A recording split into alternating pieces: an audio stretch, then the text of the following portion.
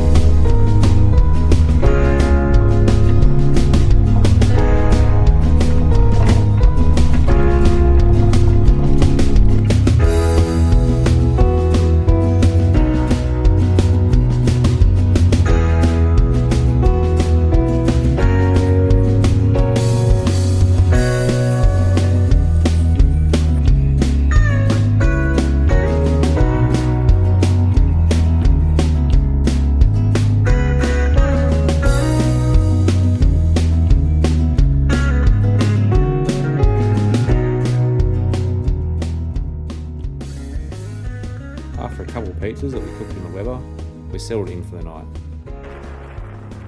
In the morning, we headed off to explore a bit more.